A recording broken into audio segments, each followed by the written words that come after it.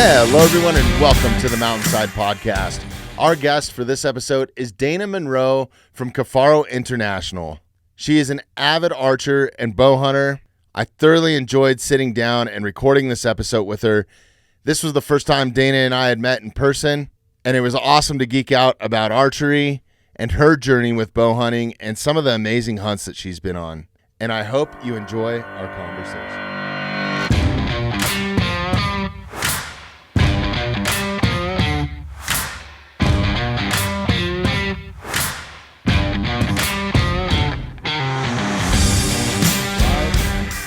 Dayna, welcome to the Mountainside Podcast. Happy to have you here.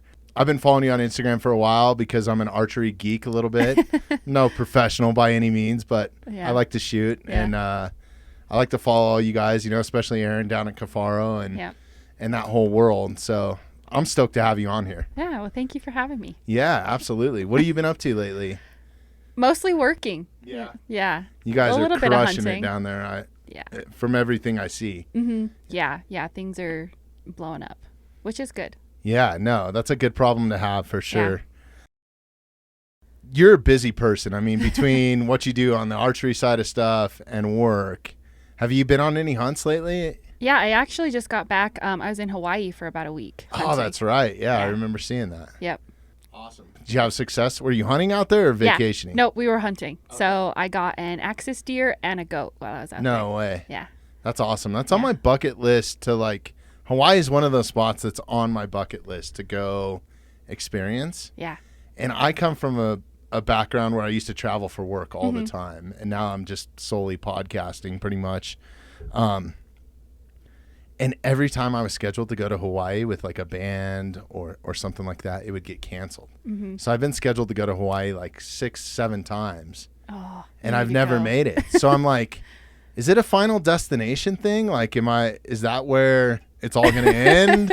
Or am I saving it up for a good time? But I really want to go hunt over there. Yes. Did you go to Lanai or? No, I was on Maui. Oh, okay. Yeah. So they have deer. I thought the deer were only on Lanai for some reason. They have the deer on Maui and Lanai, I think. There's kind of different animals depending on which island you go to. And is that a hard hunt? I mean, is there... Oh, yeah. Yeah. Oh, my gosh. That is so hard. It's in comparable to elk hunting, or is it something just totally... It's hard in a different way because those axis deer, they are so fast and so jumpy and they're so alert. It's like a whitetail on steroids, I feel like, because they're so alert. And in one spot we were hunting, there were so many does. So that's just so many eyes and so many animals to catch you. We couldn't even get close. We would get 100 yards and they would see us or hear us before we even had a chance to see them. And then the terrain, it's a lot more difficult than a lot of people would think for Hawaii because that lava rock just wrecks your ankles and your feet. And then they have the vines and the grass that grow over the lava rock. So you'll take a step and it's not in the mountains here, the rocks will kind of form together and stick together so you can, hop all over them without a problem.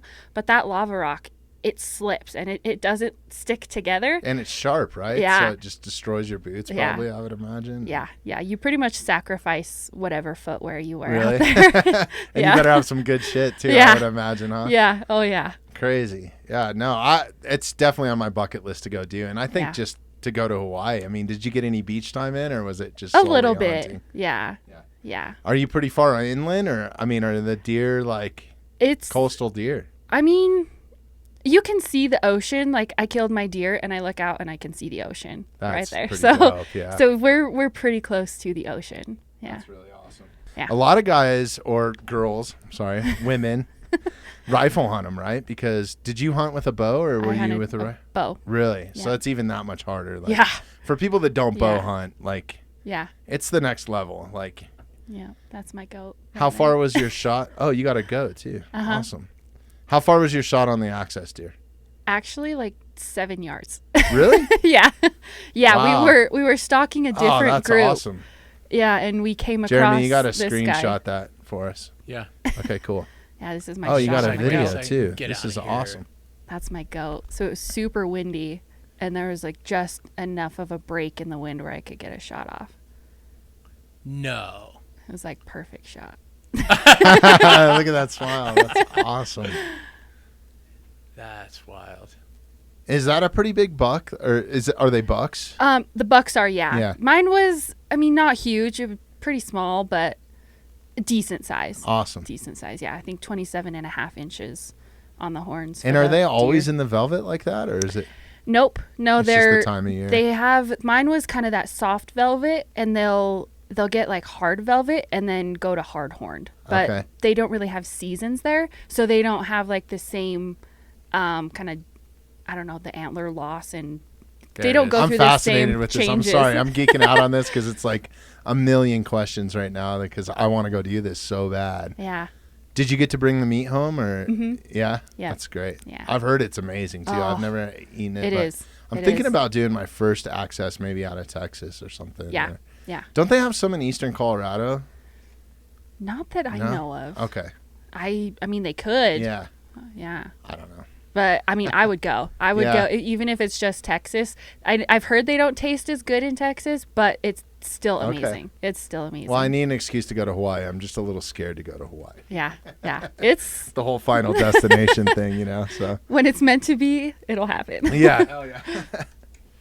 So, I mean, it's amazing how, to me, I grew up as a kid bow hunting because my uncles did. I don't think my grandfather did. And I didn't really grow up with a dad. So those guys were kind of my father figures and the guys that I looked up to. And it was like well before social media. And I have an uncle that lives up in the Kalispell area. Okay. So like northern Montana has lived up there forever.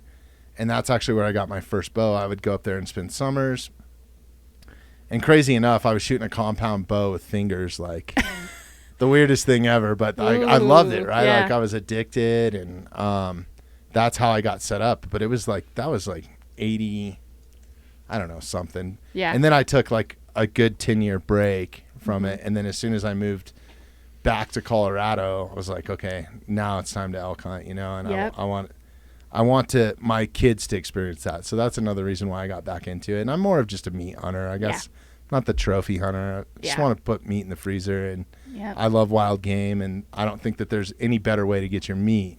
Agreed. Yeah. But I am baffled. And I think it's so cool that the sport's succeeding this way. And how much it's growing in the last like 10 years, right? Yeah. Or since the Instagram era. Yeah. I think that's helped introduce. That's how I found bow hunting. 'Cause That's how I found you. I so. wanted nothing to do with hunting. My dad hunted when I was little, but I was never included, because the girls don't go hunting. It's the guy thing. Right. And I didn't care. I didn't want to have anything to do with it anyway. But then I started getting exposed to bow hunting and like shooting a bow, and I'm like, that looks kind of cool. Like maybe I should try that. And then I shot a bow and I was hooked. It's addicting as shit, man. Yeah. Like Yeah. I like to shoot every day if I can, Yeah. so. Yeah. But yeah, no, it's addicting. We actually, Jeremy, I took him down because I've been telling him. We went and shot guns like, I don't know, would we go 2 weeks ago, Jeremy, to the Yeah, it was a couple weeks ago, and then we to Bristol Cone. We went down and shot at the pistol range there. If you ever need a good gun range to go to, that's the spot, hands Okay. down. Super cool. And it's just in Lakewood. Okay. Super close to here. But then, so I was telling Jeremy, I was like, we went out and shot pistols, and I'm a horrible shot with a pistol. We were like, I don't know, 15 yards. Yeah. And I had trouble like fitting it within like an 8 ring, like on a target. So like, I was like, dude, I am more accurate with we my gotta stop bow. sharing this. By Yeah. the way. This is not good information to put out on the internet. Well, somebody breaks into my We're house. going- I'm grabbing my bow. No, These guys are terrible shots. We should hit their house. no, I'm better at 40 yards with my bow, hands down. I don't Yeah. even know if I could hit a human target with a pistol, Yeah. because I just don't do it enough. I shoot Right. like Right. once or twice a year. Yeah. Right? That's me. So I was telling Jeremy, I was like, you got to come shoot bows, man. It's like some of the same concepts now that there's releases involved, or when you get into compound. Yeah. And that's all I shoot. I do have a traditional bow, but I've never been able to put down the time behind the riser to really crush that.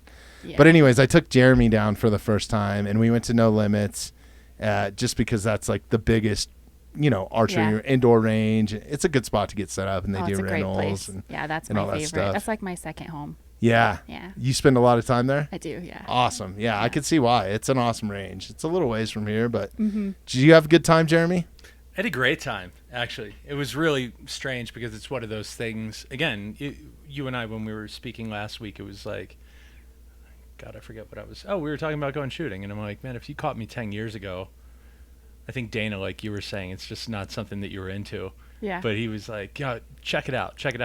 He's So already got the bug. He's like, when are we going back? We went down. And I'm like, well, I think I need to do this like 4 or 5 more times before I can pick something out for myself. I need to get my head wrapped He's already around ready this to thing. buy a bow. So Good. No, I'm not ready. That's the thing. Okay. I'm ready to rent, and then I'm ready to have some dude who really knows what he's doing tell me what I need to do, and then I'll figure some shit out. yeah, Yes. shout out to It the was No fun though, Limits dude. guys. It was super. Who's- Dudes were cool. It's one of those things that like, I hate doing new stuff.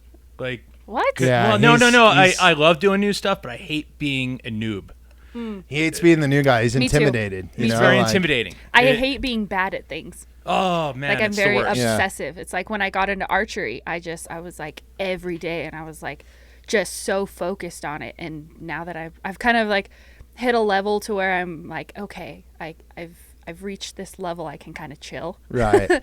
I mean, I can't, because archery is like a never-ending saga of just trying to get better and trying to get better. But Well, it's golf, right? yeah, I don't have to With focus cooler so people. much on it. That's what I told you. Badass It's golf with yeah. cooler people. yeah, much cooler people. No, who helped us out down there? Was it Braden? Okay. I think so. Yeah, Anyway, he was super cool. nice guy. Cool as hell. Yeah. And again, Yeah. one of those things. I walk in, I'm 44, and I'm like, I don't want to have some kid telling me, oh God. And then this dude just like rolled up, boom, boom, boom, boom, boom. Yeah, you're gonna suck. It's all good.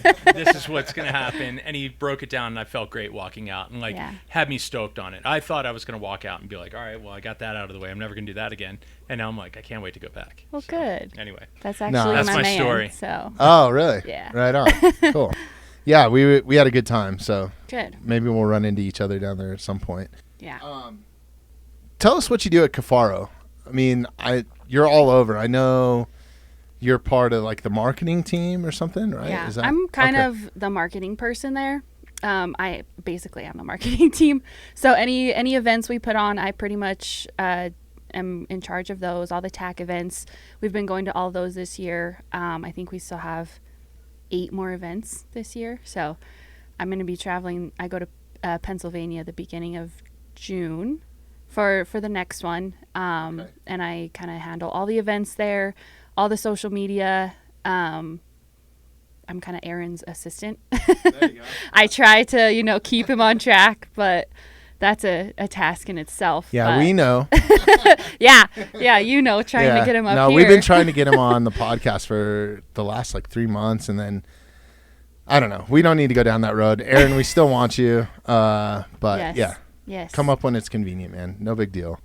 So Kifaru, I mean, explain to our listeners that maybe don't know, because we have kind of a vast audience. Not, a lot of the podcasts that happens right here in this general area, like Kifaru Cast and GU Unfiltered, those are all like hunting podcasts. Yeah. And we kind of run the gamut. We have some rock climbers, we got mountain bikers, we have a bow hunting, a few people, we have some fly fishermen. So there might be some people that are listening to this right now that don't know what Kifaru is and what Okay. you guys do. Yeah, so Kifaru, we're a 100% made in the USA company. All of our products are sourced in the USA too. I don't know if there's another company that is fully made in the US other than us still.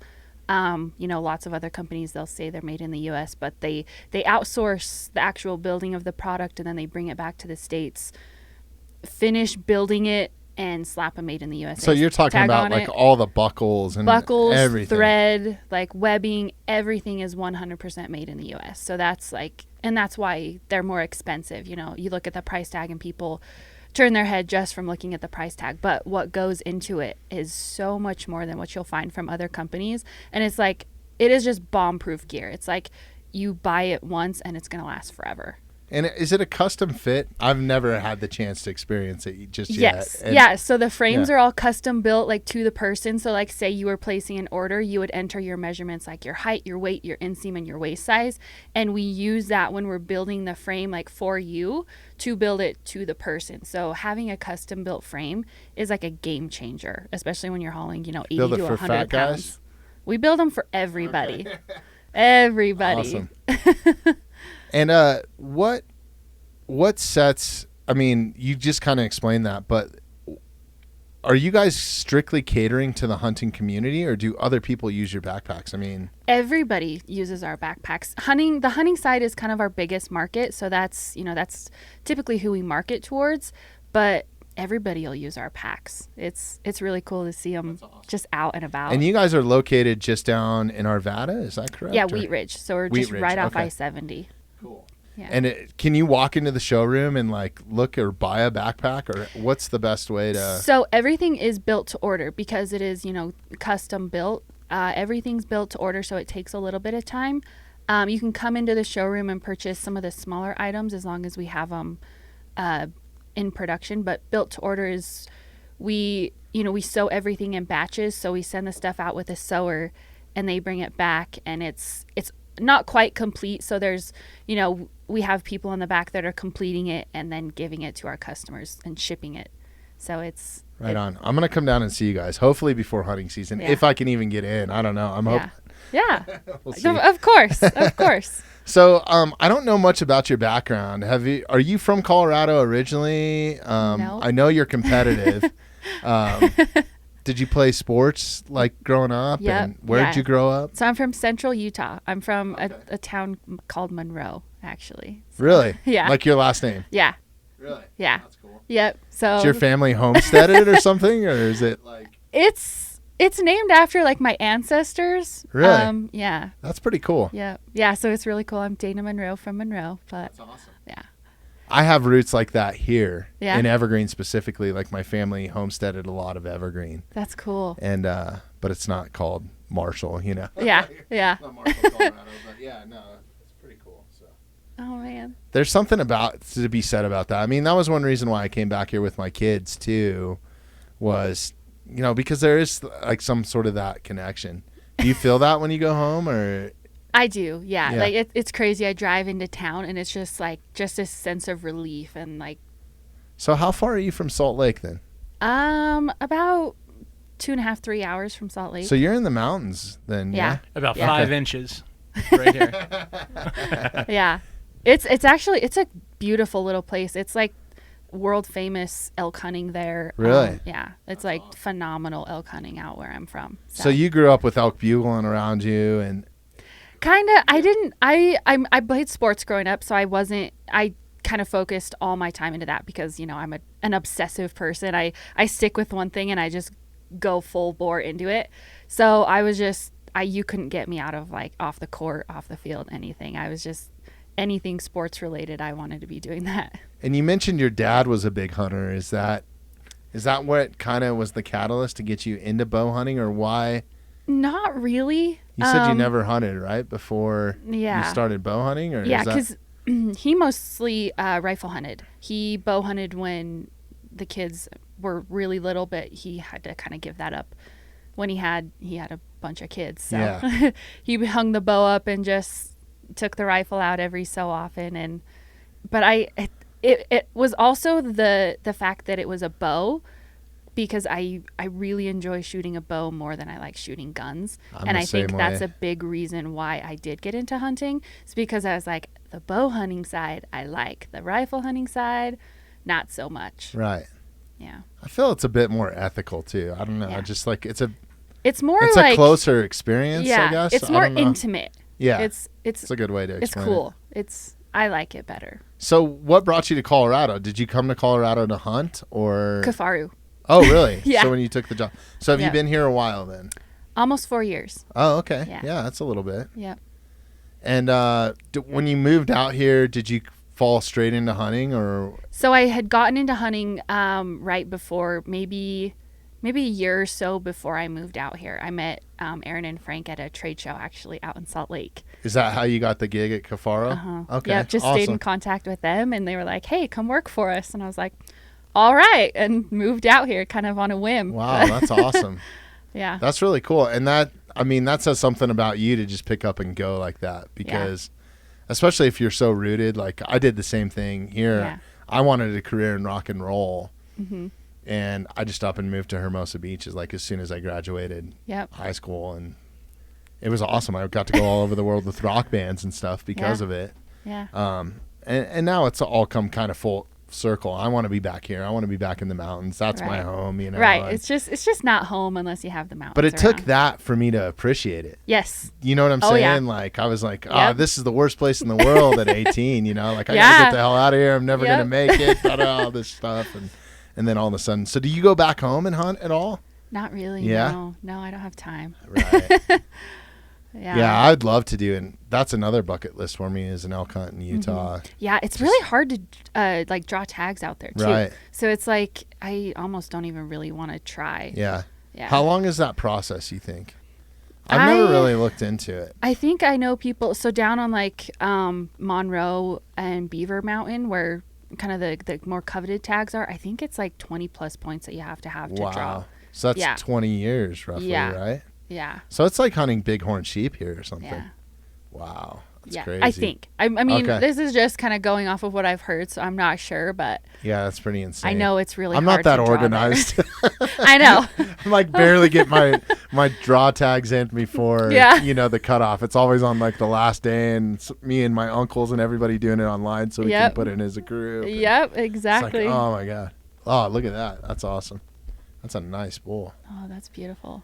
Look, you should look up Spider Bull. Spider bull? Yeah. Okay. That was I think that was Monroe Mountain that was killed on. Jeremy's all over it. So why bow hunting? Did you start with a rifle or I mean The first animal I killed was with a rifle. Just because I was still so new to the archery side sure. that I didn't. Oh my god. Is that Yeah. thing real? Yeah. That is Yep. insane. I think that's the world or some type of record. They got him on video too? Or is that just a photo? Hang Ah, on. damn Stupid advertisements. ad. Yeah, God. Gotta love YouTube. This is 25 minutes. Wow. Oh, so they were after this guy for a Wow. while. Oh, That is insane. yeah. So I've that never was- seen anything like that. Yeah. Like growing up right here where we're at, I mean the elk, it's crazy. Yeah. There's a lot of elk here. They're Yeah. just, they're not at that class. No. And I think Dude, the biggest how ones sore are is his neck? here and maybe like in Estes Park. Uh-huh. And I shit you not, like the day before archery, like August 28th, Yeah. these massive bulls just come into the golf course right Yeah. here. Like they know, like Yeah. like clockwork, like Yep. oh yeah, it's They're like, time to get okay. off the mountain. Yep. There's They gonna know. be some They're like, assholes up "These there people running are around coming trying to for me." stick me. Yeah, so it's crazy. And I go out and I shoot with my camera a lot. That's what I really love to do is photograph Yeah. wildlife. It's just like capturing that moment. Yeah. And we get some of these crazy bulls that come in and try to, they're not satellites. They're like these rogue bulls. And I've seen some that are like blind in one eye and have arrow holes or a bullet Oh hole my in them. And gosh. like, I got some pretty incredible photos right Wow. here. And it's right out the back door. So I can get Yeah. up at, before light and figure out where they're at. And Yeah. It's super convenient. So I love that, man. I love elk in general. It's just, Yeah. to me, they might be one of my favorite. They probably are my favorite animal. Mm-hmm. They're just so majestic. Like, Yeah. just looking at them they're just so incredible. I was so brokenhearted this season because there wasn't much bugling going on. I think it's just the frequency of people. Yeah. We just did Colorado Division of Wildlife was our last podcast, and we Okay. were kind of talking about that, like the frequency that they're seeing and how many more people are out recreating and what's going on in parking lots and people blasting music and like all the stuff that affects Yeah. the elk Dude, from talking. Went on a so- hike this morning, blasting music. Oh, not, really? not me. Right. But my first encounter of somebody with a speaker on their backpack. Yeah. It's like Did they you go chuck a out. rock at him? They go in nature and they What have do to you- bring a stupid speaker. It's Yeah. like, this is where you go to get away from that. Yeah, Like, and that's exactly leave what it we in the talked car. about. Like, They make earbuds. Yeah. Like they do make them. I just don't understand the whole like everyone's got to experience my music thing. Yeah. It's the most annoying thing in the world. Anyway, your- I yeah, heard leave that your music yesterday, in your and then car. it happened today. Like Yeah. within 18 hours of hearing her talking about that, I Crazy. experienced it for the first time. Yeah. So And that's it's super annoying. Colorado too. Everybody it is. wants There's to a move lot here. of people here. It's the cool place to live. It's it makes me crazy. It's one of the main reasons why we started this, or was my catalyst for starting this, like being a native and then coming back here and seeing what it's turned into. Yeah. Like, I'm worried about my kids being able to experience, like, being able to bow hunt or being able to go step into a stream or a river and fly fish year round. I think that at some point they're going to put a season on it just because probably, or there's not going to be any trout left. I mean, so I just see some stupid things happening out there. Yeah. And I was fortunate enough that I grew up and was raised that way and taught, you know, this is what you do, this is what you don't do. Yep. Type of thing. I was taught that outdoor etiquette. And I think a lot of people don't grow up with that. I mean, especially if they're coming from an inner city, like, why would you know or be expected to know? You're just, they don't have that out there. Yeah. And I think a lot of people just get out there and just try it, you know. And I'm a big advocate for, like, go find a guide, go find an outfitter. Yeah. You know, learn that way. Yes. For hunting, definitely. For hunting, fishing too. True. I think, it's huge. You're going to save yourself a lot of frustration. Right. And you're going to know what to do to help preserve it a little bit. But anyways, we'll get off that. I've been the whole last podcast, that's all we hammered was just me bitching about people. Oh, I do that every day. Every time I get in the car, I'm like, ugh. I hate Colorado. I hate Colorado so much. I'm so lucky I don't have to commute down the hill or something like that. I mean, I very rarely. I had to go down today to get a new phone. I was just like, this is insane. Yeah. I can't even. Yeah. Like, just to go to a mall someplace, I was like, this is not, I'm not used to this. So. Yeah. And I grew up, so Monroe, it was like probably 2,000 people or so when I was growing up. So super small. Super small. Like, I'm not a city person at all. So this is like. There is nothing that like gets me on edge like traffic. Yeah. And I hate it. I feel like it's gotten so much worse in the last just month too. Like, just the last month. Yeah, and I think it's only going to get worse. I mean, how many out of state plates are you seeing now? It's everywhere. Insane, right? Everywhere. Yeah. It's like I'm not knocking those people. I just want them to treat it right. You know? Right. Like don't come here and don't make it where you came from. Like don't try and make it where you are leaving. Yeah. I couldn't agree more with that. All right, we're gonna get off that though. Back to bow hunting. So, how did you learn? Did you just like I was taught? Like I was handed like here, this is your compound bow. Here's a glove. This is how you're gonna shoot. You know, like it's crazy now that I think back at that. But I mean, fortunately, my uncles, you know, they took me out. They showed me how to, you know, clean my first animal, all that stuff. Yeah. Did you just go into it cold turkey on your own, or how? I just on my own. How did you learn? Yeah, I shot a bow. I'm gaining more and more respect for you. Oh, thank you. I shot a bow. I went to the Western Hunt Expo out in Salt Lake. This was like just as I was starting to kind of get into hunting and like want to get more exposure to it. And I went with my dad. We just kind of, you know, wandered around and we came to the Hoyt booth. And I was like, hey, can I shoot one of your bows? And they were all set up for like little kids. So here I am shooting a bow that like the draw length is like clear up here. But I just shot a few arrows and I was like, that was amazing. Like that was so great. And so I just went on. I didn't know where to go. I had no information. So I just went to Cabela's and found kind of a kit bow and bought it because I was like, you know, I'll start out with this, see if I really stick with it and really, you know, want to do it.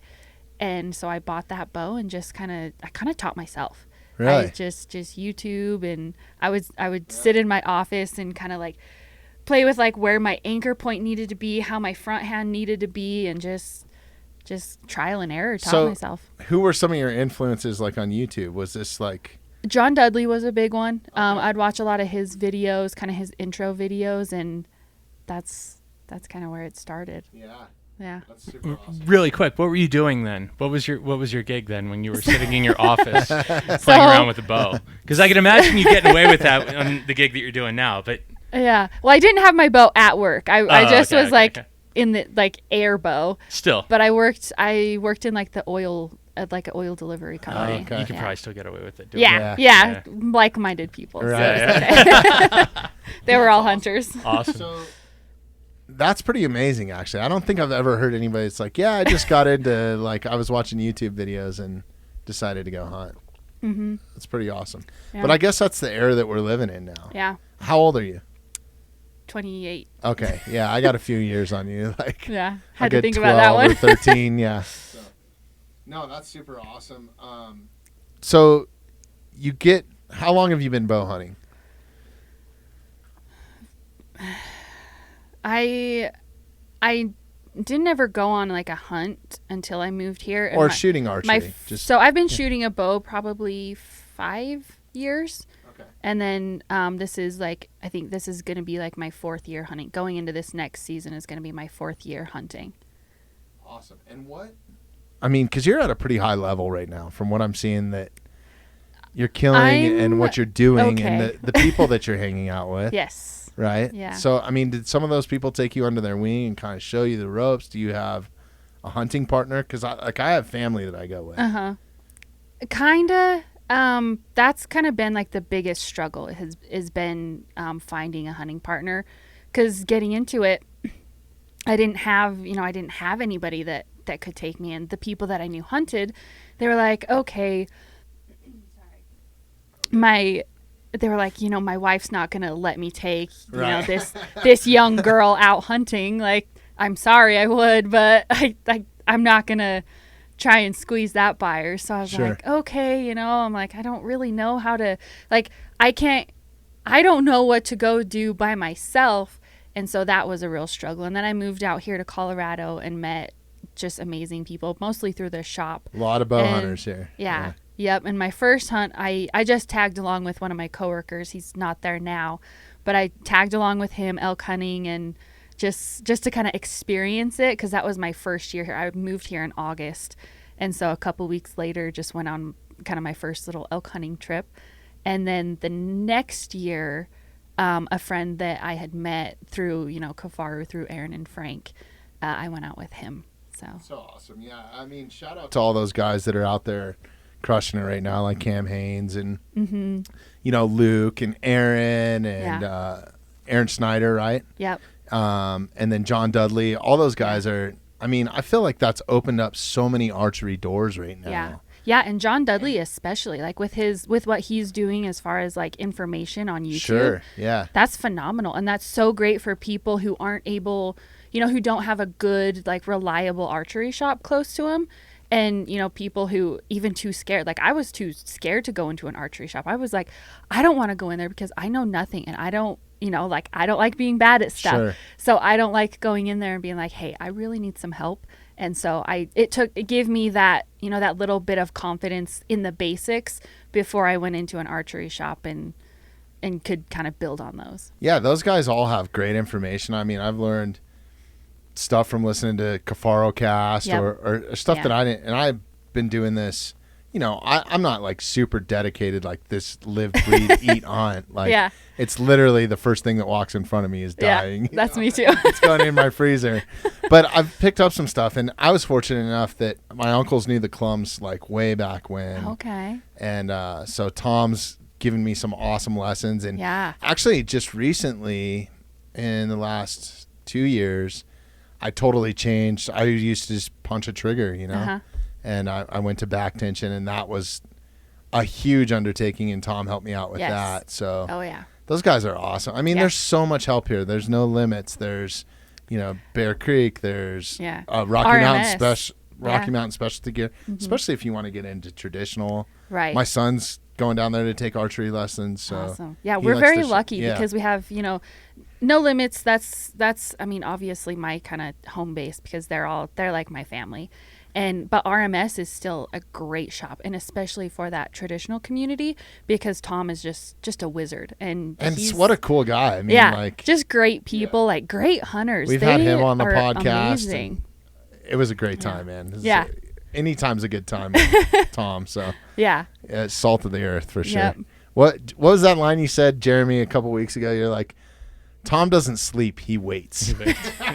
It's like, yes, so true. You just mentioned like walking into a bow shop and being intimidated. Yeah. I think that's something that we are finding now that we've had some females that are fly fishing guides. Like we've had Cheyenne Orvis on. She's from the Orvis family. Didn't grow up the way that you would think that she did, being in that family. and still, had super intimidated when she went into a fly shop. We've had Carly Baker on, same sort of thing. And then Chelsea Rude, professional rock climber, Olympic rock climber, and she's helping women break down that barrier of not being intimidated to walk into a rock climbing gym or go out with males and rock climb and that sort of thing. And Cheyenne's doing the same thing on the river. So like these women only hosted events. Do you do anything like that if there's some females out there that want to get involved with bow hunting? And I would like to. I would really like to. I've actually been thinking a lot about this lately because I've been participating. I went down and helped out with the Black Rifle adaptive athlete shoot, the veteran adaptive athlete shoot. Yeah. And that was kind of a big eye opener to me. And I was like, I want to, because I don't know everything. Like I am not a John Dudley or an Aaron Snyder. I'm not on that level. But I don't think you need to be. I mean, those guys are gurus. I mean, But I'm at the level to where I know enough, and I think having a woman describe it to you or help coach you in the beginning takes away a lot of that. A lot of that scary from. And it's intimidating if you don't know what you're doing. Like I comfortably walk into RMS gear, no problem. Yeah. No limits. I'm pretty confident, but like. It's intimidating for me to walk into a bow shop sometimes because I don't know everything, and I'm not a stellar shot. I'm not, none of my targets are getting put up on the wall and signed. You know what I'm saying? So it's intimidating, right, Jeremy? I don't like looking bad.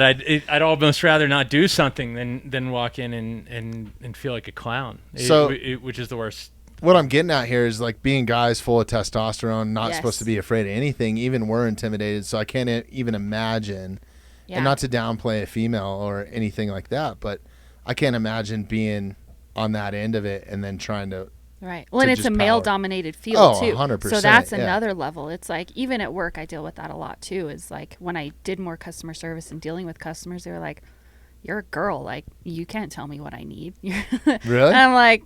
Okay, bro. Hold on. But it's getting a lot better. It's gotten a lot better since I've been in the industry, and it it continues to get better. So that's And I think it helps too, like having those events like that are for females only. Then come out, experience. Then they have some like, no, I've done this before. Don't tell me what I need. I know what I need. Type of thing. So I think that's key. I think you should totally do it. I'd send my daughter down there. So we do have ladies' night. I was just going to say. Do you? I'd love to send my daughter. Yeah. My kids love to shoot. So yeah, it would be cool to do something for younger kids too, because we do have a ladies' night at No Limits. It's like the third Monday of every month. So any ladies in the Denver area. So can guys go down there if they're? I mean, they can go down to the shop anytime. But it's not like a ladies' night at a bar. Let's just get that straight. No. Okay, cool. No, it's not a place to go pick up ladies. Okay. Because that's what most ladies' nights are, right? Yeah. Okay, so this is strictly ladies going down to learn how to shoot. Do you host that, or is that? So a friend of mine is kind of in charge of it, and I'll go help her because I'm such a frequent visitor of the shop. That's awesome. But it's a lot of fun, and we've met a lot of really cool women that way. And is that? I'm sorry, you said every. It's the third Monday of every month. Okay. Yeah, dudes would never remember that. I know. Guys would never remember that. It's girl code. Okay, cool. No, that's super awesome. I urge anybody that's listening to this, like archery, you don't have to be a bow hunter to get into archery. No. You don't have to go kill an animal. For me, it's almost a bit of the reason why I try to shoot daily is I'm not a guy to get up in the morning and meditate. Like I like to work out in the morning. I like to shoot my bow in the evening, preferably. Sometimes I don't get it in, sometimes it's in the morning too. I'll shoot it morning and night. Yeah. But for me, it's that meditation. I was trying to explain this to Jeremy. It's the fact of you were going through your shot sequence and you really can't think about anything else because if you're not concentrating on that, it's going to go wrong. Yeah. Yeah. It's kind of that active meditation that it's like, it's Zen-like. Like just the art of archery is very. And I love Zen-like. shooting outside. Like if there's, you can go to all these 3D shoots. I mean, you don't have to hunt. You can just go target shoot. There's competitions. There's, I mean, there's all kinds of different stuff that archery leads to. Yeah, you don't have to bow hunt at all. It's just go shoot your bow. It all leads to your bank account eventually. That's the only bummer. That's the only downside with it. Yes. Is I always want something new and nice and all that sort of stuff. But you know, when you go out to hunt, do you hunt elk? Are you a backpack hunter? Yep. I'll do a little bit. It's kind of hard not to be here.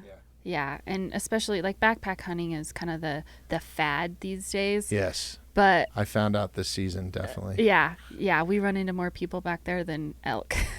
Crazy, yeah. But it's cool. It's fun. It's extremely challenging. It's the most challenging thing I've ever done, but it's also like the most after the fact, it's very rewarding, and you look back and all the lessons you've learned.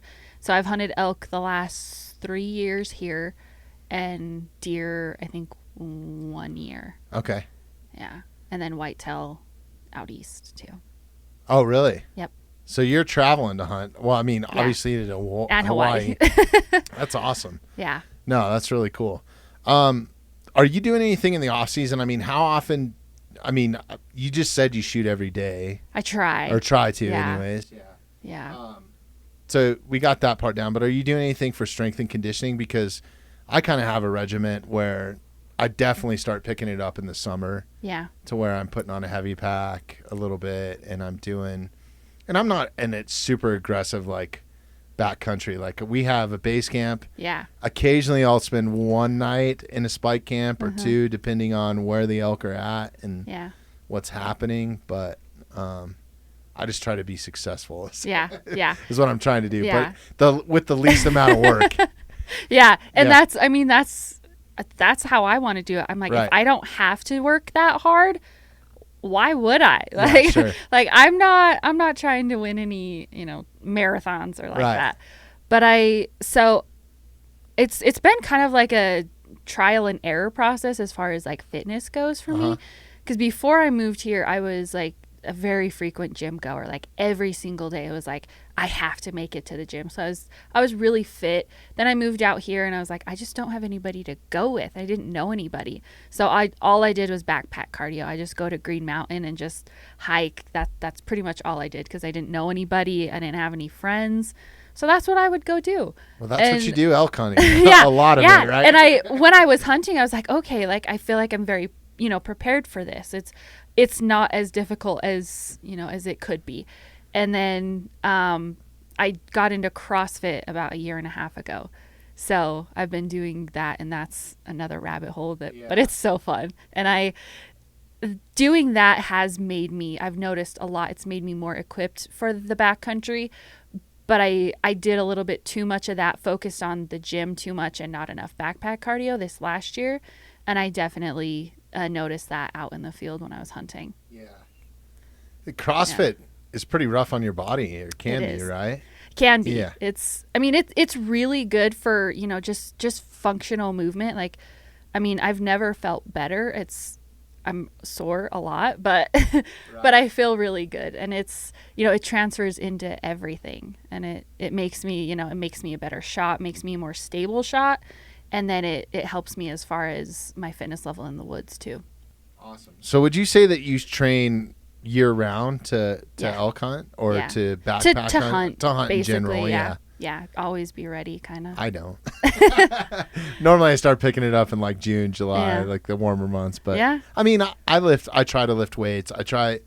I'm so excited because I'm fully vaccinated, and jiu-jitsu's like one of my favorite things to go do. Okay. So I'm excited to get back on the mat. I've taken a year off, and it's going to be very humbling when I go back, I'm sure.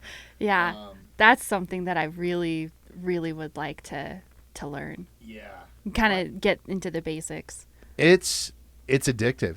It's like archery, and the crazy thing is when I first got into it, I would get the occasional like injury, like a shoulder, an elbow, or something like that. And now that I've kind of learned the ropes a little bit, it's like I'm pretty good. I mean, you get sore, but it's not like. It's not debilitating. It's not debilitating like people would think it is. Yeah. You know what I mean? Like, I guess it depends on what gym you walk into. Yeah. Because that's kind of how I've been in some CrossFit gyms too where it's like, bro, I'm not in an octagon with you right now. Like, calm down. Yeah, a little too much testosterone there. So you got to find a good core group of people that, are like-minded and want to do what you want to do too. Like you're not trying to win. Yeah, I'm not the trying next to. UFC I'm not championship. training for a fight. You know what I mean? Like, yeah. I'm not down there rolling with Luke and Gaethje. You know what I'm saying? Like, that's the last thing I'm gonna go do. Yeah. Yep. But yeah, no, I'm excited to get back into that. I'm excited for this season, and I just kind of wanted to see what. I always ask that regiment because I want to know just what other people are doing. Maybe I need to change mine up. I get so bored with mine sometimes too. That's one thing that, because I've gotten bored with everything. Like I just get bored with stuff, and that's one really good thing about CrossFit is like, no matter, like I've been going for a year and a half, and I've actually been seeing a lot of improvements the last not anymore because I've been so inconsistent. But over the winter when I was very consistent, I was seeing so much progress and like reaching these milestones and these goals that I was setting for myself. So it's like, I'm like, oh wow, I'm getting kind of good at this. Like this is a lot more fun. And it's just different. It's constantly changing. And like one day you think you're good, and the next day it just like kicks your ass. I don't know if I can say ass, but kicks your ass. And so you're like, oh, I thought I was good at this, but it just humbles you every single day. And it's always different. It's always just challenging. Like today I was done. I'm just like on the floor. It's like, it's rough, and it's always different. It keeps you coming back, and it's fun. Yeah, no, I'm stoked that this summer I'm going to change it up a little bit. I finally got COVID forced me to build a home gym, right? Yeah. Because I was sick of making a gym appointment. Right. I was sick of only being able to go for an hour. Like I'm a guy that needs like an hour and a half at least, right? Yeah. Like an hour I can't fit it all in what I want to get done. Right. Because I want to do some cardio. I want to lift weights. I want to, the stuff that makes me feel good.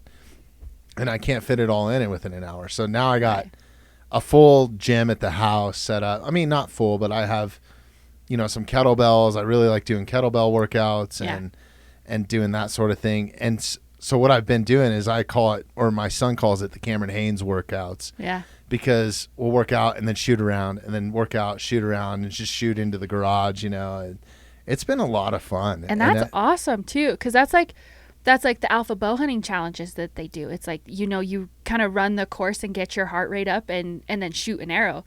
Okay. It's like, that's one I didn't know they did that. Is that part of TAC, or is it? No, that's No Limits puts it on. It's the alpha bow hunting challenge. Yeah.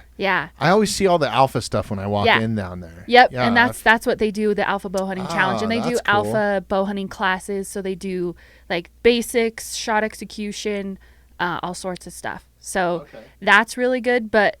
But they do that. They get your heart rate up. There's people watching. So that's the worst part for me, is just people watching me. I'm like, oh my gosh, what if I mess up? But you shoot these clays that they put up on targets, and it is so much fun. And it's, so is it based like, we just had Matt Kimpson in from Tactical Games. Okay. So it's like, it's CrossFit. Yeah. Kind of like, Jacob Hepner does it too. Yeah. It's like CrossFit, so they'll do this crazy stuff, like carry 400 pounds, like they do 300 yards, and they got a full like body armor and a rifle and a handgun, and then they have to put, I don't know the exact details, but they get their heart rate super up, they get super fatigued, and then it's also based on your time and then how well you shoot. Okay. So you get point deductions, right? Yep. So is it similar to that? Like. That's so cool. Exactly. But with a bow. Yep, they put a clay pigeon on the target, and if you break the clay, you don't get any time added to your run. And if you miss, like if you're in, it's a 20-second deduction or a 40-second deduction added to your time. And is it one arrow at the end, or? So there's 5 targets. Okay. Typically the course they have kind of like the prelims where they have, I think it's 4 targets, and then they go into the next stage, which is 5 targets. So you shoot 5 targets at varying. Oh, that's at No Limits. Yeah. Cool. Yep. They have it out at No Limits, and they have different yardages, but it's so fun. That's my favorite thing ever. Yeah, that looks fun. Yeah. I don't know if I'm in shape to compete Oh, with those you do dudes. not have to be in shape. You do not have to be in shape. There are people that walk and will So win that. how often does this happen? They do it every summer. So they're actually in Pennsylvania right now doing one. Oh, really? Yeah. Cool. And then their event here in Denver is July 16th through 18th, It's gonna I believe. be nice and hot down there too. Yeah. Oh, it's so fun. Yeah. It's so fun. That's really cool. No, I love doing that stuff.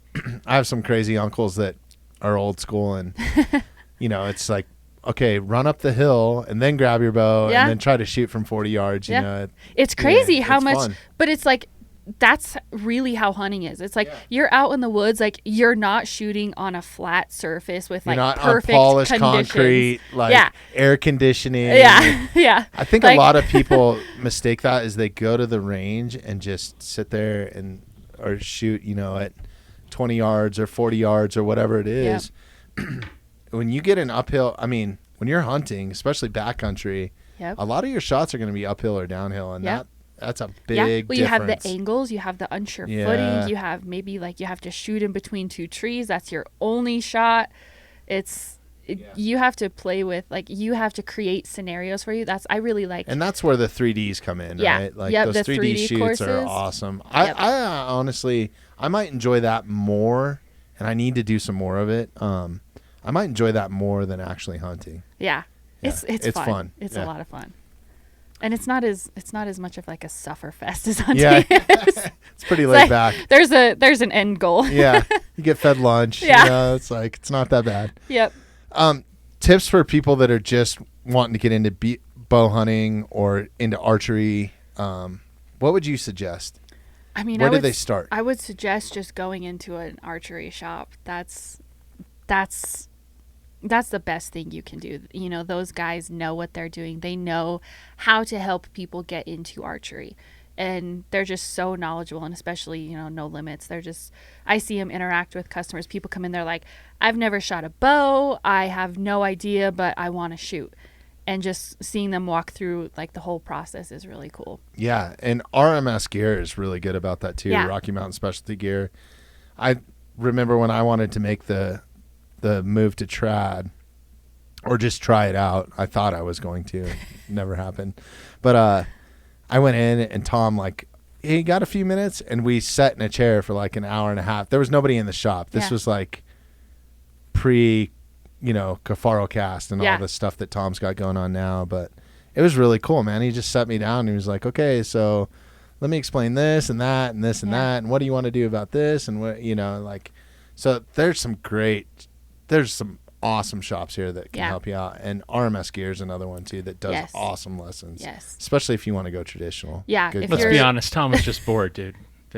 No, Tom just loves archery. I think he does. And he's just so willing and he loves to help. people. I think, I he's think he so likes willing to helping help people. everybody. So that's one of the really cool things about him. Is like, he does lessons. Like, people pay him like so much money for lessons, but I've taken lessons from him, and it is well worth it. Yeah. Oh yeah. Yeah. Well worth it. Yeah. Just for me going from punching a trigger, which I was super successful with. Mm-hmm. I've killed several elk that way, to shooting back tension. I'm no Levi Morgan or anything, but I'm trying, God, he is amazing. Yeah. The guy is a stud. Yeah. For sure. So what's your kit? What's your setup? Well, you mentioned Hoyt earlier. Are you still shooting a Hoyt? Are you sponsored by them? I'm not. Okay. No sponsor. Come on, Hoyt. Step up to the plate. Right? Yeah. I'd be okay with that.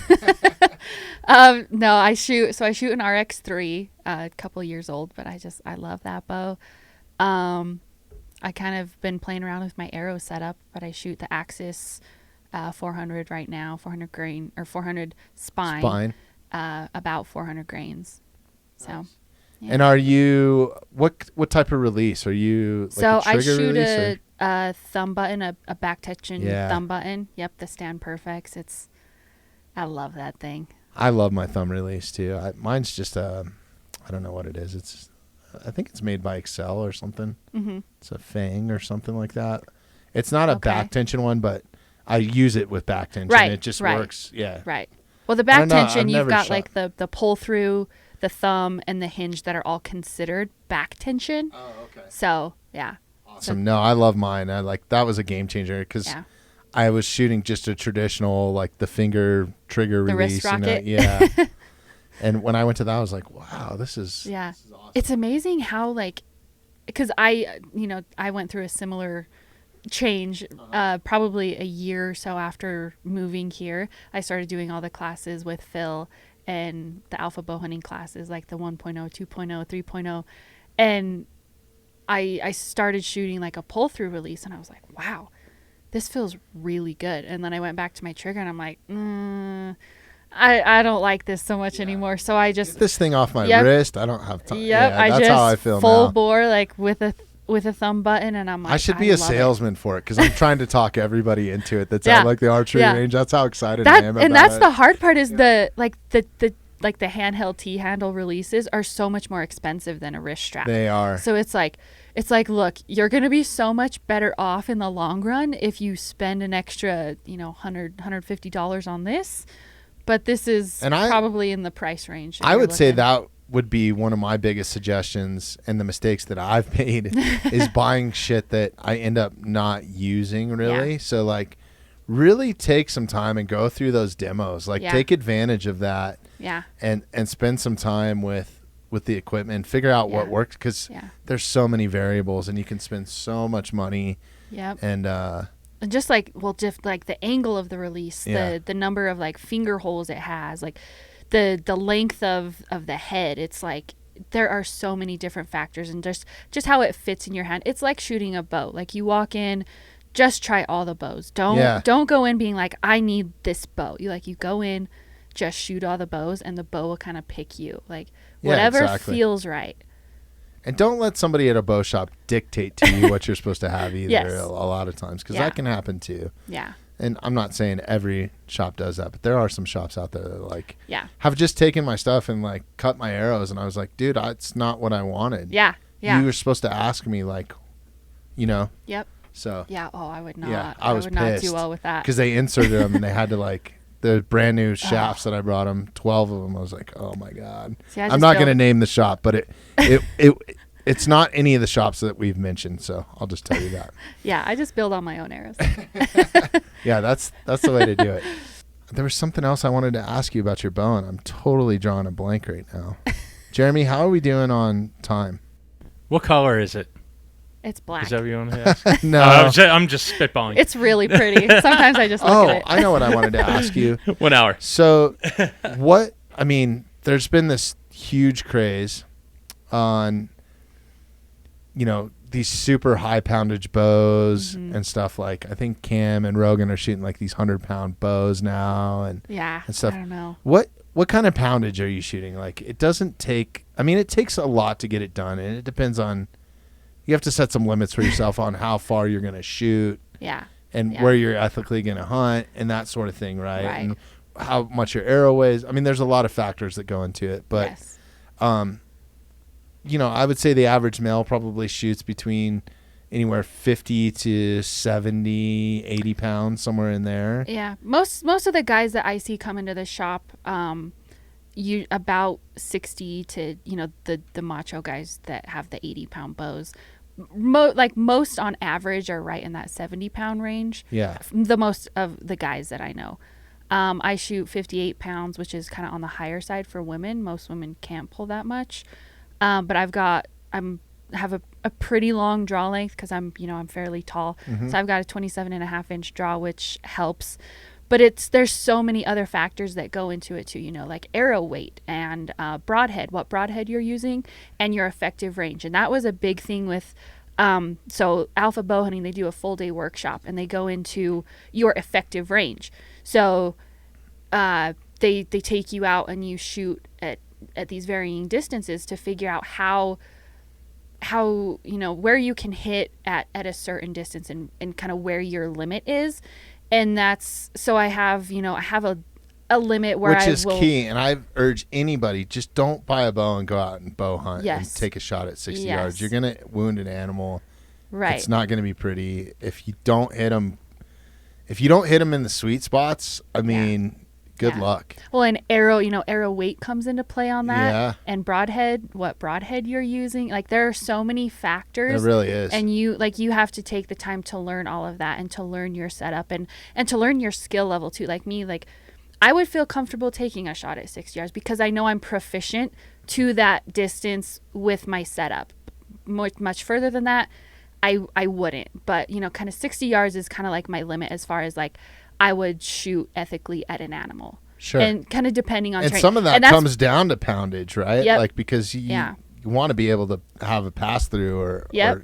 Yeah, I would want to. It's momentum is the big thing. And so having that lower draw weight, I need to change things up to reach that momentum to be able to kill an animal. And that's the another alpha thing. teaches you all that. Mm-hmm. And that is so cool. 'Cause you man. have, That's so needed, I think. Yeah, your kinetic energy, like you have to have a certain level of kinetic energy to even kill the animal, like to even penetrate into the animal and like puncture, the Not organs. to mention if you hit a rib or something right, like that. If front shoulder, like if you hit a shoulder, you shoot a light arrow, you're done. Like there's no way that animal's gonna hurt. Yeah.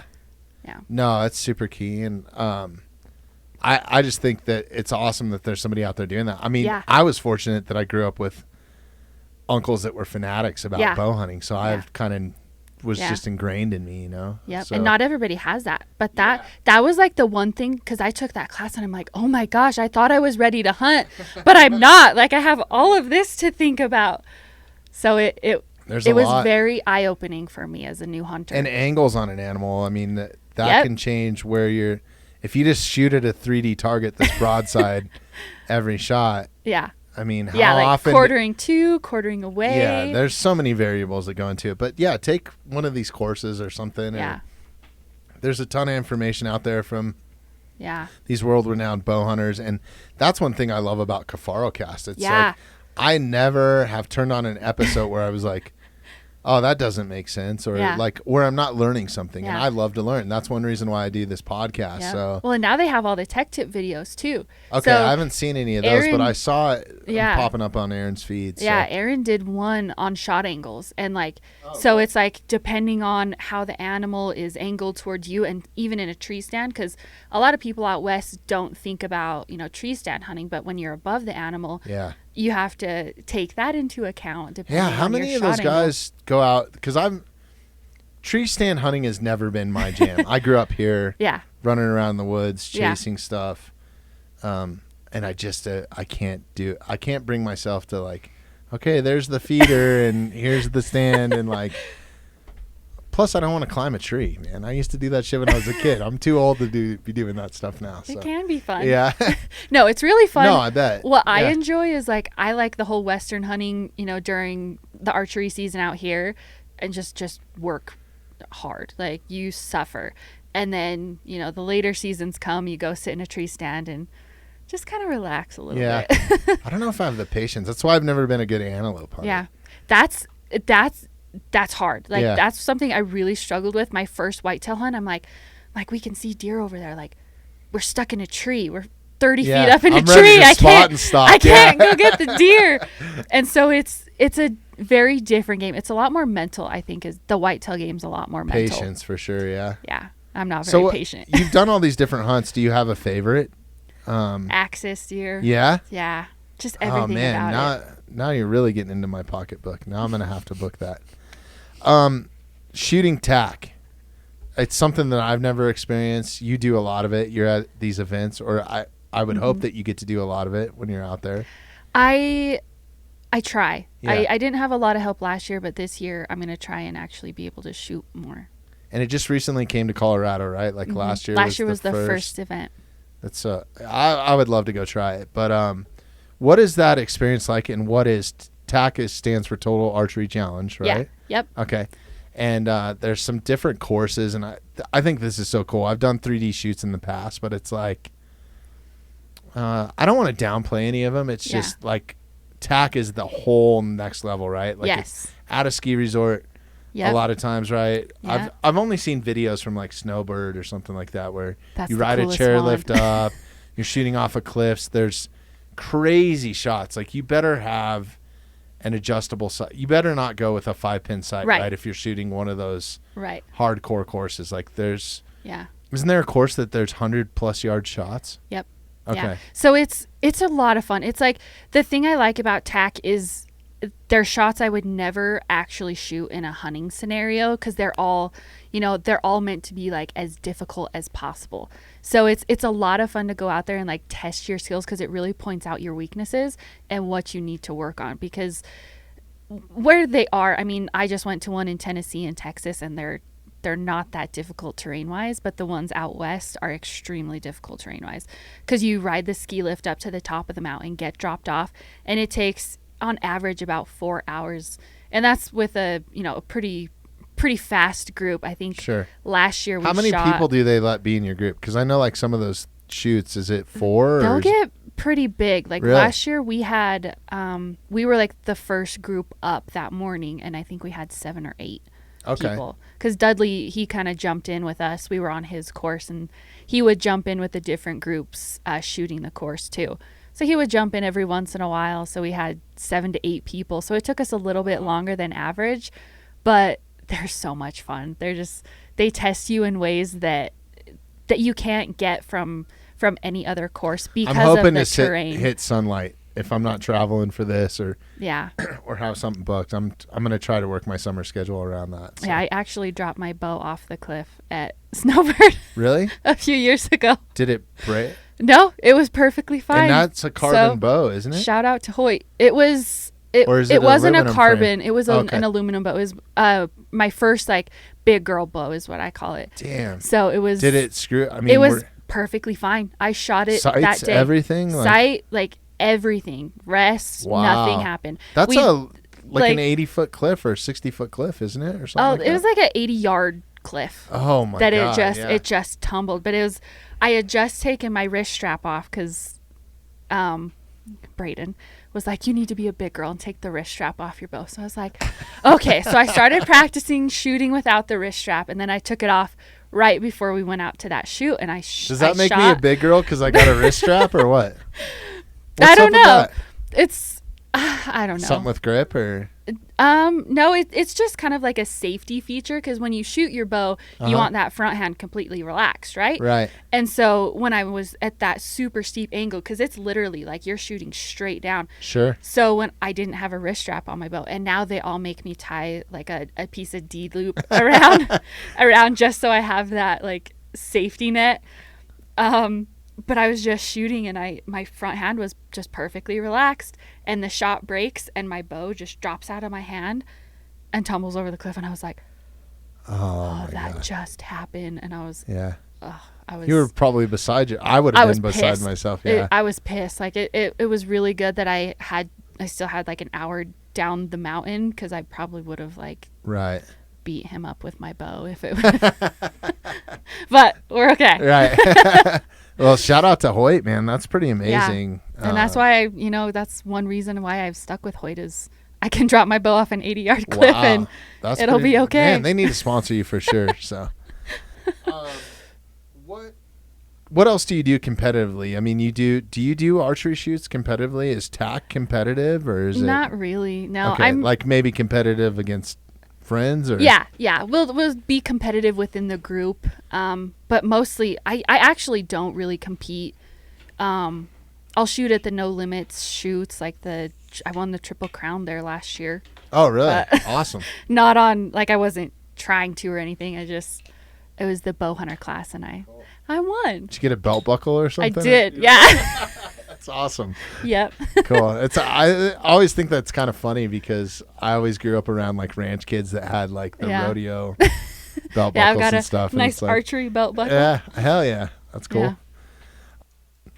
What other competitions are out there for females specifically? Is there anything that's dedicated to female? Can they walk into any competition, like any bow shoot? Yeah, they have women's class. Like, okay. I know they have. I don't really know a whole lot about like the ASA, all of that stuff, but they have the women's class. It's not as big as the men's, but I think that's in anything. Right. Yeah. Well, it's definitely a male-dominated sport. I mean, I'd be curious to see. I mean, do any of these bow companies like Hoyt or anybody do they cater to any sort of like woman's bow specifically? Or yeah, okay. Hoyt actually came out with one this year. Really? It's not as efficient as my current bow, so I do have one, and it's a great bow, but it's kind of taking a step back from my bow. So I'm like, it is a great bow, but it's not as efficient as my carbon bow. Right. So I'm not gonna take that one in the field. You know, one thing I wanted to ask you, and we're coming up on time. I got a million questions for you, and I'm really enjoying having you here because I can geek out on archery all day long. You know, Instagram has become such a huge thing. It's been a huge platform for our podcast. Yeah. It's how I found you.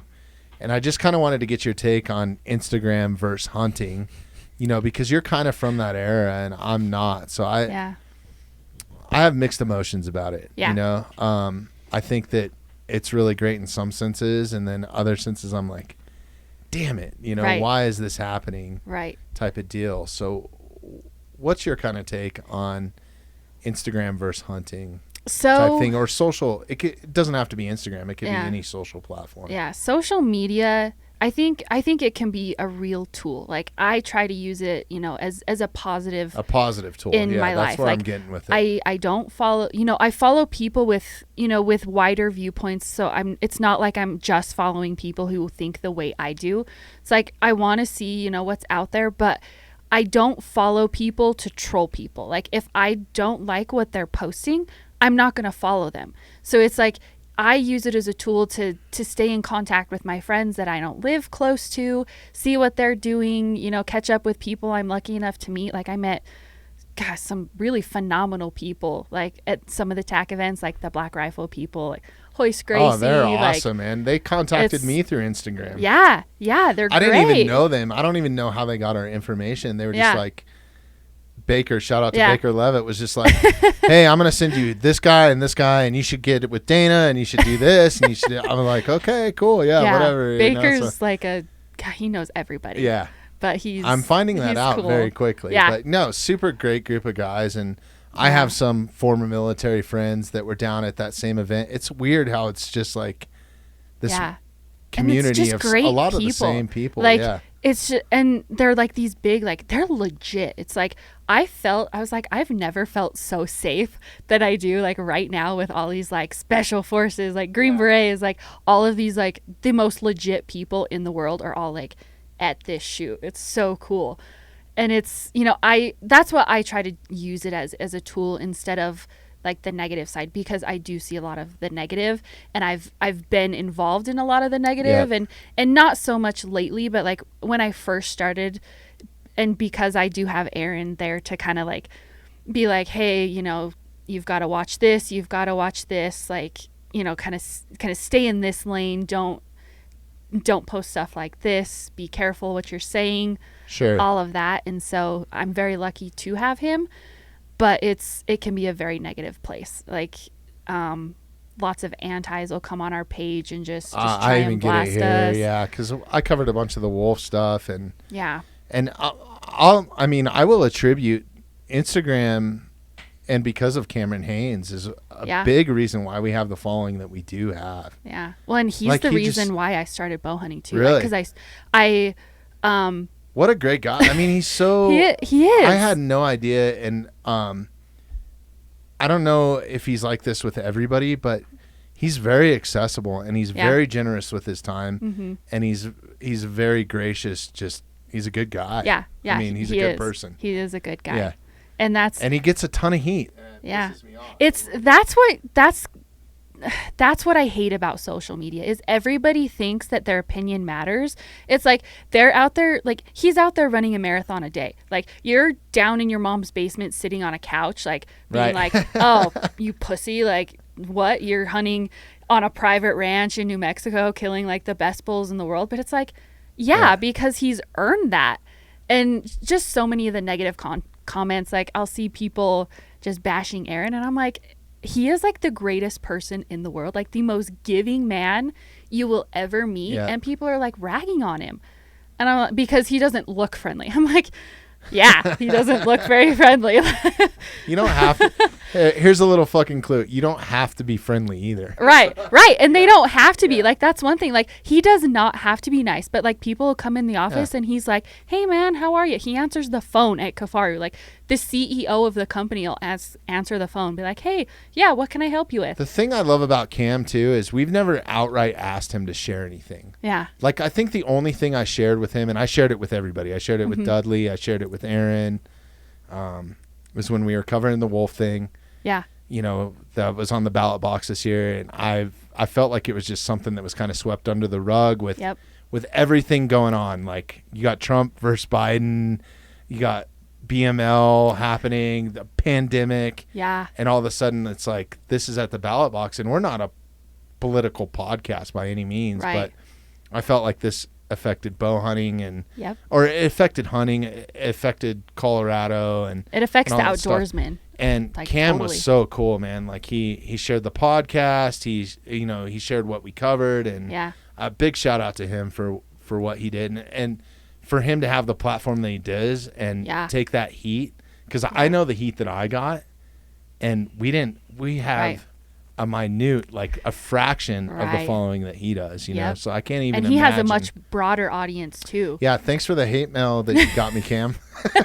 Thanks for sharing those. No, but it was good. It was helping get the message out. And shout out to any of those guys that helped reshare that. I mean, it's important to me, but yeah, no, Cam's been super gracious with his time. I can't have enough good things to say about him. So I'm hoping we can get him on here at some point. But I don't know if he will do too many podcasts, because I've told Aaron, I'm like, Aaron, we need to get Cam on Kifaru Cast. He's like, yeah, I don't know if we'll be able to talk him into that, because he's kind of over it. Yeah. Like, over all the. He's he's got a lot to do. And yeah, and it's I think it's catching up finally. All the negativity, you know, on the social platforms is just, I mean, he's, you know, kind of reaching that point. But think about how many people that, like him, Dudley, have introduced to bow hunting. And like, a lot. They're great for the sport. Yeah, helps support that. And I think hunter recruitment's super important right now if we want to keep this going. And I mean, it pays for a lot. Yeah, so. And they're good for bow hunting. They're great for bow hunting specifically. For sure. They shout out to all easy, those guys. Yeah, I really appreciate them being on Instagram and doing what they do and having a voice. And when you were down at that, you said you were down in Texas for the adaptive shooting. Yep. Did you meet Andy Arabito? Yeah, he was in my group. Oh, okay, he's an awesome guy. Yeah. We recorded with him and Half Face Blades, and another shout out to him, man. He's just a guy that's keeping it real. So yeah, love that dude. He was awesome. Great guy. Super quiet. Like, they kept calling him all these different names, and I'm like, what is your name? Like, what is your actual name? No, he's a great guy. Because they're like, Andy, Beto, like, just all these different names. And then I'm like, oh, okay. Like, okay, I'm putting it together now. Nah, he's an awesome guy and just a good-hearted person, you know? Yeah. Especially for what he's done in his life. Yeah. I think all of those guys are. Yeah. And that's the really cool thing is, like, they're like the ultimate badasses, and they're just some, like, the nicest guys, like the coolest guys, and very inclusive. Like, I have a friend, I met her at that event, and she had just picked up a bow like a few days before. Is it because she's been a big fan of us too from the beginning? Is it that girl Nicole something, or not Nicole? She is great too. I've been friends with her for about a year. She shared a bunch of our stuff, and like she is she's cool. Just an amazing. I've never met her in person, but shout out to her. She's helped push this podcast a little bit. Yeah, I absolutely adore her. She is just like a top-notch We're name dropping human. Everybody. We need to get off this thing. Thank you so much for coming in. We crushed it on time. I don't want to take up too much more of your time on a Friday night, especially when you need to be getting down shooting or something. Yeah. But I really appreciate it. And I just got, a couple more questions for you before I let you go. Okay. You spend a ton of time in the outdoor industry. Yes. A ton of time outdoors, doing stuff. What are some things that you think people could be doing better just so we can help preserve this for future generations? I just think, I think being conscious of what you're doing out there, and especially garbage. Like, garbage is huge. You'll be walking out in the backcountry and just find garbage everywhere. So it's just being conscious and having a sense of respect for the other people out there too, because it's public land. It's there for all of us to enjoy. Like, it's not just yours. And just be conscious and be that one comes be up graceful. a lot on here. We ask most of our guests this question, so and that one seems to be the most common. And I think it even goes a little bit step further because, like, for example, just this year, those balloons that you buy at the grocery store that have like the foil on them? Yeah. Like, they're super cool, whatever. Yeah. Kids love them. I've found those in the backcountry, like, we back find there, them and everywhere. I'm like, what in the hell is that? And I'm like, did I just find a gold nugget? Because you're like glassing a mountain, and you're like, there's something like pink or purple or what? Or they're shiny, it's like a mylar type thing. Yep. And I've carried so many of those things out of the backcountry too. Yeah, so, like people, they let them go. Yeah. And it's like, so that's just where they don't end let up. them go. I can see accidents happen, right? Yeah. But like, be conscious of your trash, even if you're at home. Like, that stuff ends up in the river because it's spilled out in your yard, and then it gets washed. Yeah. Into be the a good waterway. human, basically. Yeah, exactly. Pick up your shit, people. Yeah. Yeah. Pick up after yourself. That's what my mom taught me. So, you've done a lot of these podcasts, a lot of interviews publicly. I would consider you a public figure in the bow hunting world for sure, especially on the female side. I think that you're probably one of the most prevalent. Do you ever have any podcasts or interviews and they get done and you're like, shit, I wish they would have asked me this, or why didn't they ask me this? Does that ever come across your mind? Not really. Okay. No, they kind of, just like this, we get in the conversation, it just starts flowing, and we just have a good chat. Cool. Yeah. No, this has been super fun. I'd love to have you back at some point. Yeah. What's coming up next for you? Do you have any big events, or has Kifaru got anything going on? I'm sure. Yeah. So we have a big garage sale next weekend. So May 22nd, we have a big garage sale at our location down in Wheat Ridge.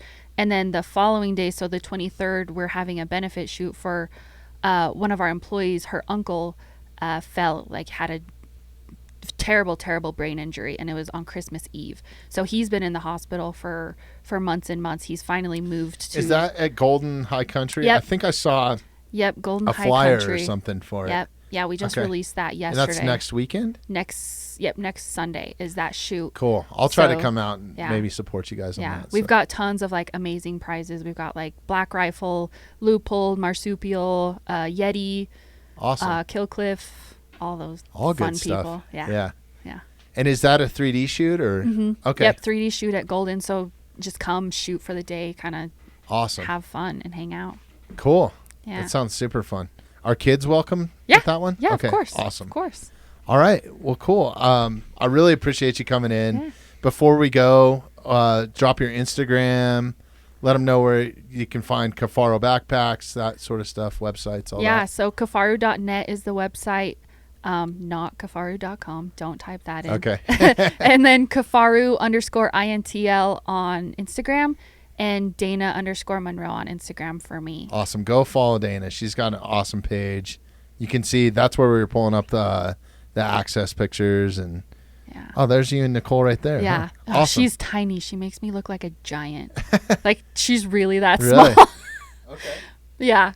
Cool. I'm like, I'm not that tall, am I?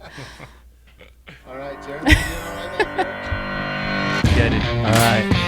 Thanks, everybody, for tuning in. Dayna, thank you again. This has been a lot of fun. You're welcome back anytime. See ya.